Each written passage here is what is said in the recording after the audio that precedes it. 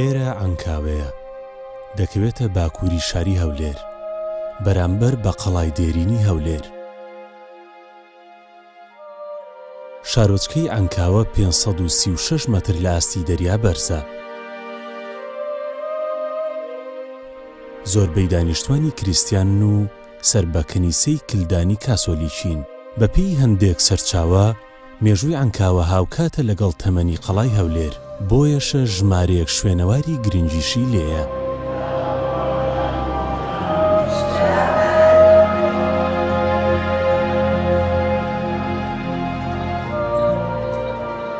عەنکاوە وەختی خۆی هەر پێدەوترا عەمکۆ یان دوایە پاشگیری ئابادی لۆ هات، کەواتە ئاوا، یعنی شوێنی ئاوەدانی کە بۆ عەمکاباد، یان پێشتریش هەر ئینکا و هەر بەو سیغەیەش هاتووە.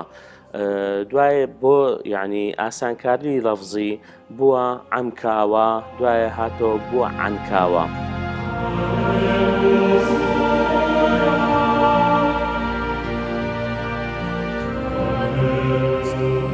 سەرچاوە مێژوویەکان و یادداشتی گەریدەبیانیەکان ئەم ڕاستیە دەردەخەن کە کاتی خۆی عەنکاوە وەکو گوندێک پشتی بە ئاوی باران و کارێز بەستووە و سەرچاوەی داهاتی خەڵکەکەشی بەرووبوومی کشت و کاڵ بووە. بادجار کە پیاوێکی ئاینی بووە لە گەشتەکەیدا بە نێو میزۆپۆتامیا و لە ساڵانی 1850-1858 دەڵێت عەنکاوە گوندێکی کشت و کاڵی بچووکە و ژمارەی خێزانەکانی 55 خێزانە و هەمویان مەسیحین.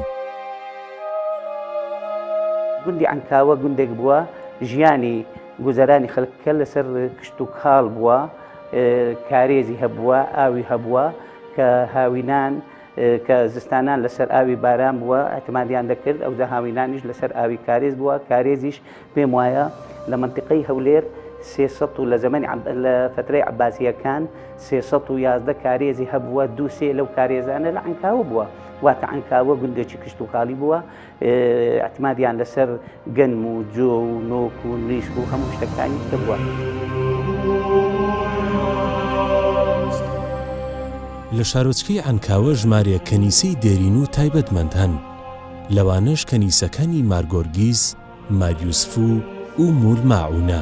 لەسەر پارچەبەردێکی مەڕمەڕ کە لە ساڵی 1995 دۆزراوەتەوە لەو چەند دێڕەی کە بە زمانی کلدانی کەنیسەیی لەسەری نووسراوە، هێما بۆ ئەوە کراوە کە لە ساڵی 816 زاینیدا کڵێسای مارگۆرگیز کراوەتەوە.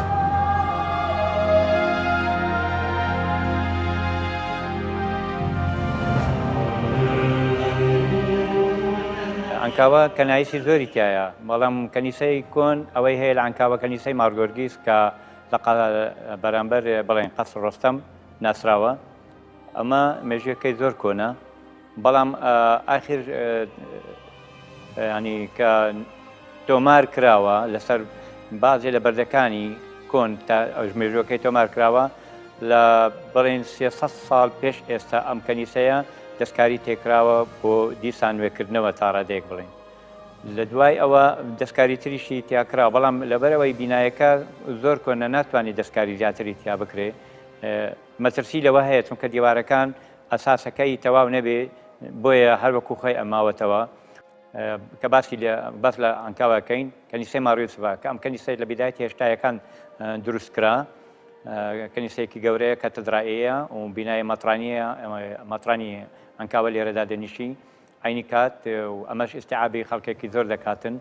جگە لەمە کەنیسەی ئوم المەعونە کە ئەویش لەسەر بڵێن نەفەقەی یارمەتی خەڵکانی خێرخواز و خەڵکی عەنکاوە و خەڵکی مەسیحیەکانی هەرێمی کوردستان بە تێکرایی بە یەک دەست هاوکاری یەکتری کراوە بۆ ئەوەی ئەم توانویانە کە کەنیسەی ئوم المەعونە کەنیسەیەکی گەورەیە ئەویش دروست بکرێ و ئیستیعابی خەڵکێکی زۆر بکات. بێژگە لەمە ئەوەی کە بە عەنکاوە باسی لە عەنکاوەکەین کە ناسی تریش هەیە کە وەکو تەوائیفی مەسیحی خۆت ئەزانن ئێوە ئەزانن نەک هەر کەلدانی ئێستا لە عەنکاوە خەڵکێکی زۆری تر سریان کاتۆلیک، سریان ئەرتۆدۆکس، کەنیسەی ئاشووری شەرقی قەدیم، کەنیسەی ماریۆحەنا کە دروستکرا لێرە لە عەنکاوە و کەنیسەی ئەرمەن، ئەوە یعنی ئەوانە هەموو بە هاوکاری بە زۆری بە هاوکاری لەگەڵ حکوومەتی هەرێمی کوردستان.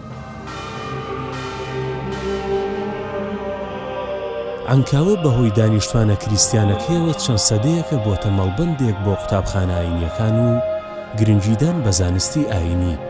هەر لەم قوتابخانانەشدا چەندین کەسایەتی ناسراوی ئاینی دەرچوون.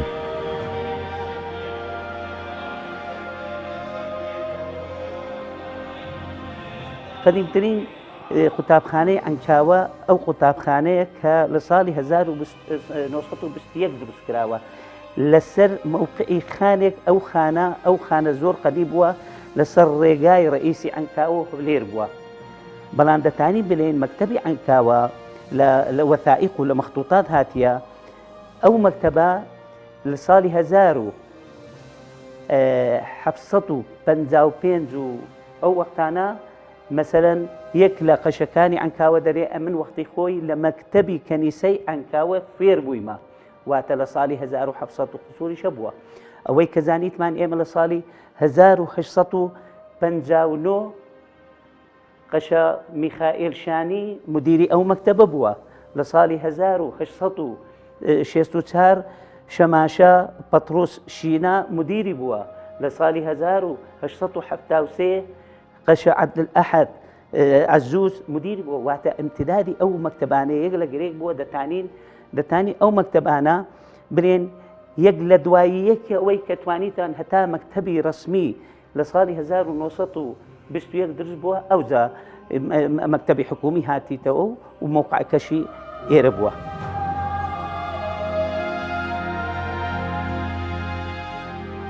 شوێنەوارێکی دیکەی شارۆچکەی عنکاوە گردی قەسرایە. ئەم شوێنەوارە بووەتە بەشێک لە ناسنامەی ناوچەکە و دانیشتوانی. تا ئێستاش بەشێک لە نهێنیەکانی ئەم شوێنەوارە لە ژێر گڵی شارستانیەتە جۆر بە جۆرەکاندا ماون. دوای ئەنجامدانی کاری پشکنین و هەڵکۆڵین لە گردی قەسرا، ژمارەیەک لە کەلوپەلە دۆزراوەکان بۆ مۆزەخانەکان گوازراونەتەوە. ئەوەی تێبینی دەکرێت بەشێک لەم گردە شوێنەواریە بەهۆی چەند پرۆژەیەک زیانی پێگەیشتووە. ئەو گردەچی شوێنەواریە.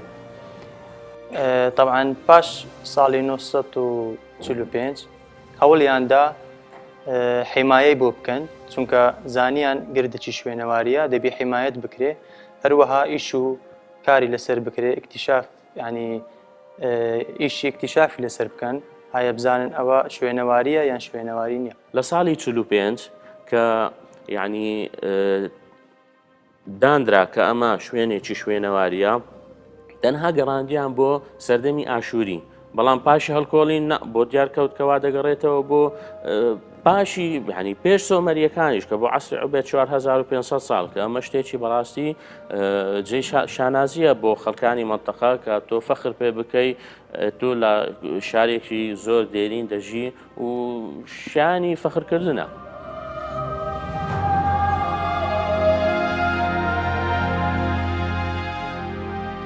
دەتانی برێ عنکاوە بەو شێوەی ئەوها وەختی خۆی چەند سەد ماڵێک بووە، هەر هەمووشی گوندەکە هەمووی لە قوڕ دروست کراو بوو. دەتانی برێ خانیەکانیشی هەموو پێکەوە و نووسا بوو.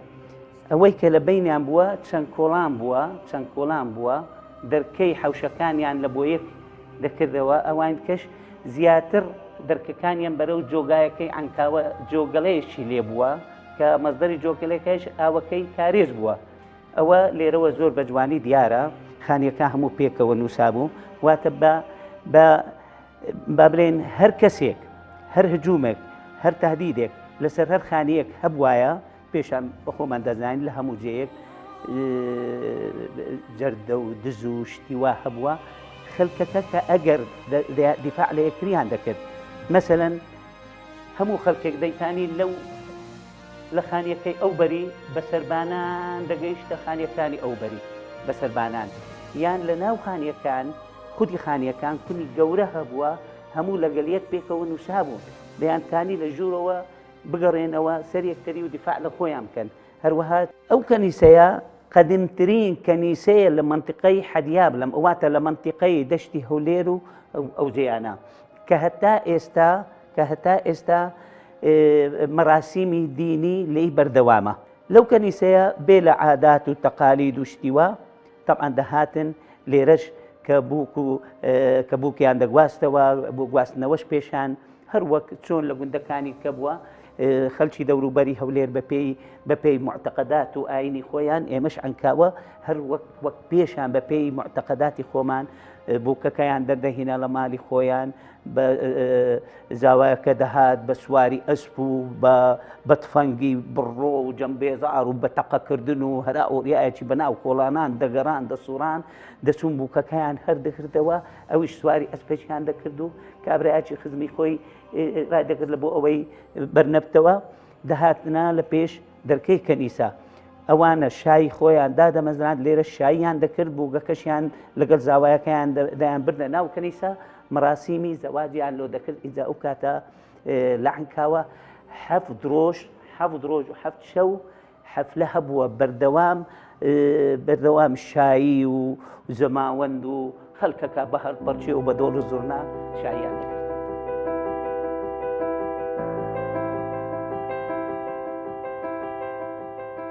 خەڵکی شارۆچکەی عنکاوە پەیوەندیکی توندوتۆڵی کۆمەڵایەتیان لەگەڵ دانیشتوانی دیکەی ناوچەکە هەبوو هەیە.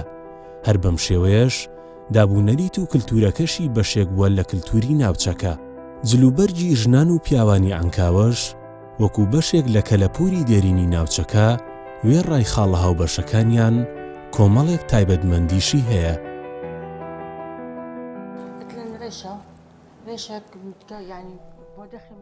ئەم سەرە بەم شێوەیە ڕێک دەخرێت بە 5 کەفیە دەبەسترێتەوە. ئەم 5 کەفیەیە هەمووی گرێدراوە بە یەکەوە بەستراوە. دوای ئەوەی کە دەیبینن ئەوەش پێی دەوترێت تاسە و لەسەر سەر دایدەنێن. ئەمەش کە دواتر دادەنرێت پێی دەگوترێت کرمۆکە.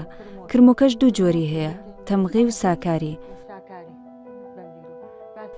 دوای ئەم کرمۆکانە ئەمانە پێیان دەگوترێت قوتاسە. ئەمەشیان کە دەیبینن پێی دەوترێت پەحنوقتە. ئەوەشیان کە ئێستا دەیبینن وەک زینجیرەیەک وایە پێی دەڵێن حەملالە. ئەوەشیان کە توا خوارەوە هاتووە پێی دەڵێن پەسلەمە. ئەو پەسلەمەش ڕەنگاوڕەنگە و هێمای ئاینی تێدایە. ئەمەش وەک دەیبینن خاچ و هێماکانی ئاینی تری تێدایە. ئەمە پێی دەڵێن قەبایە.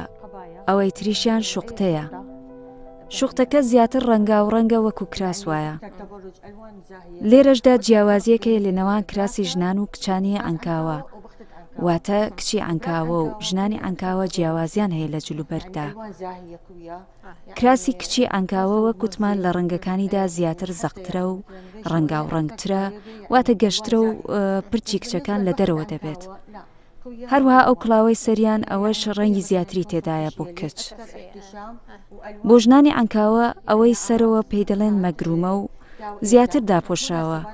پرچ لێرەدا دیار نابێت و هەروەها ڕەنگەکانی جیاوازی لەگەڵ کچان دەبێت. ئەو جلوبەرگانەش کە ئێستا دەیبینن بە تایبەتی لە ئاهەنگی هاوسەرگیری لە کەنیسە لەبەری دەکەن و بە تایبەتی لە بوونەکانی ئاینی. ئەمە پەیوەندی بە جلوبەرگی ژنانەوە هەبوو.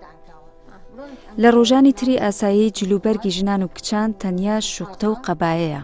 پس لەمە و جلوبەرگەکانی تر ڕەنگاوڕەنگن لە بوونەکانی تر لەبەردەکرێن.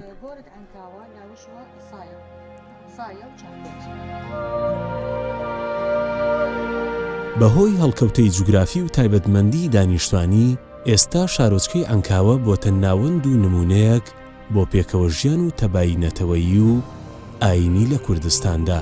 ئەوەی پتر پێگەی عنکاوی وەکو ناوەندێکی تەبایی و پێکەوە ژیان بەهێزتر کردووە بوونی بەشێکی زۆریە و ئاوارانەیە کە بەهۆی ئاڵۆزیەکان ناوچەکانی خۆیان جێهێشتووە و لێرە نیشتەجێبوون.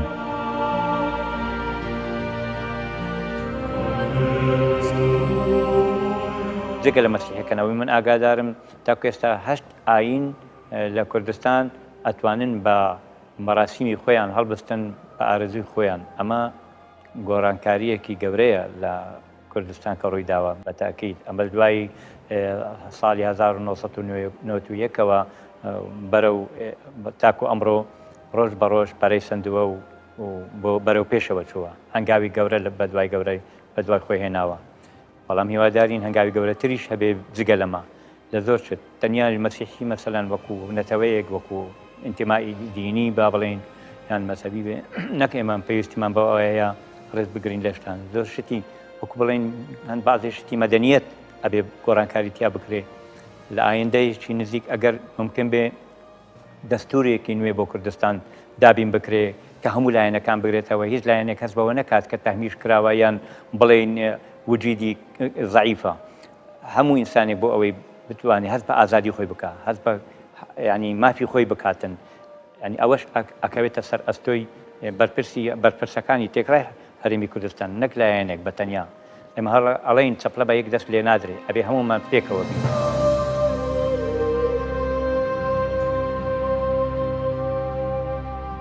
یەکێکی دیکە لە شوێنەوارە گرنگ و مێژوویەکانی شارۆچکەی عەنکاوە مەزارگەی مارت مەریەمە کە دەکەوێتە ناوفڕۆکەخانەی هەولێر و ڕۆژاوای شارۆچکەکە. بەهۆی پیرۆزی ئەم شوێنە بەردەوام مەسیحیەکانی شوێنە جیاجیەکانی کوردستان بە مەبەستی نزاکردن و هاتنەدی خواستەکانیان ڕوو لە مەزارگەی مارت مەریەم دەکەن.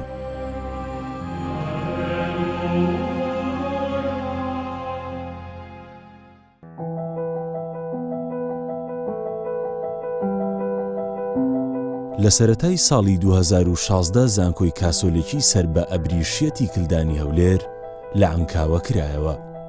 لە ئێستادا ئەم زانکۆیە بۆتە سیمایەکی دیکەی شارستانیەت و تەبایی و پێکەوە ژیان لە عەنکاوە.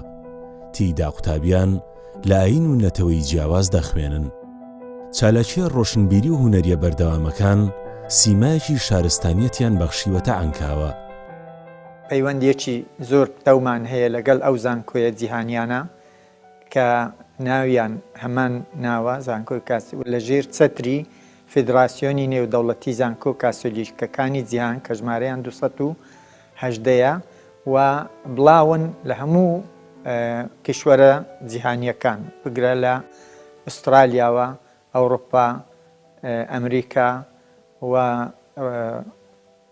ئاسیا و ئەفریقیا و ئێمە وەکو زانکۆی کاسۆلیکی لە هەولێر تاکە زانکۆی کاسۆلیکی جیهانین کە ئەو ناوە هەڵدەگرین کە شانازیش دەکەین بە دامەزراندنمان و بەشداریکردنمان لە پرۆسەی پەرەپێدانی خوێندنی باڵا لە کوردستانی ئازیز.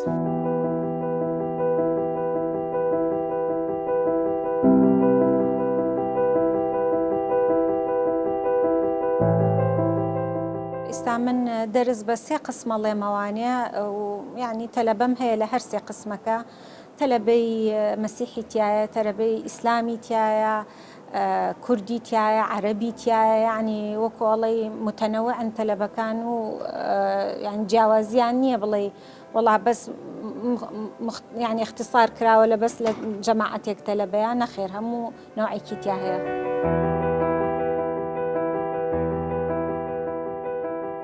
ئێمە خۆشحالین بە بوونی ئەو پێکەوە جیانە و بەڵگەشمان زۆرە لەوەی کە ئەو زانکۆیە فاکتەرێکی گرنگە لە بۆ سەرنجڕاکشانی هەموو ئەوانەی کە بە سەربەرزی و بە دڵخۆشی لە کوردستان نیشتەجێ بووینە و ژیاون.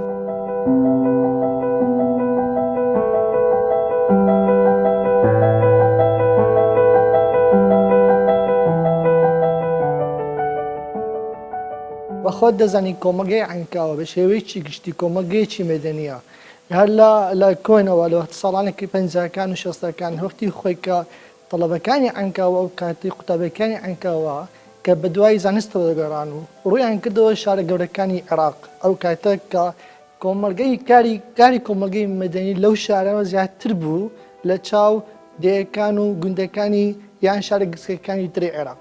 بۆیە هە لەو کاتەوە بیری کاری کۆمەلگەی مەدەنی و کاری بێبەرامبەر و تێکەڵ بوون بە کۆمەلگەیەکی پێشکەوت و خوازانە هەرەو کاتەوە ئەو بیرە گواسترایە و لەو شارانە بۆ شارۆچکەی عەنکاوە بۆیە تێکەڵ بوو بە ژیانی کۆمەلگا. ئیتر بیری مەدەنیەت و چاڵاکی مەدەنیەت بوویتە وەکو ژیانێکی کۆمەڵایەتی ناو عەنکاوە.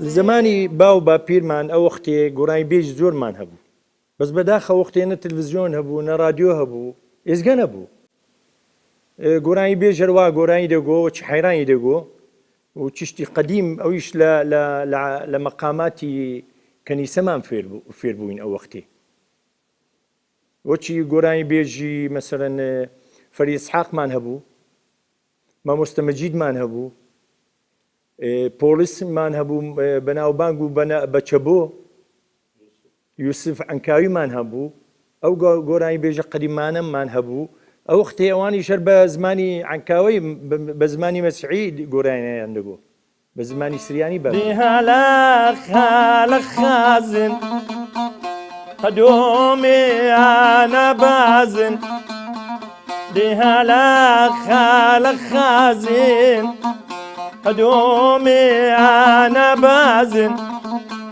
بازين الخيرة حقتا بازين الخيرة حقتا لهاللي خامن شوقتا لهاللي خامن شوق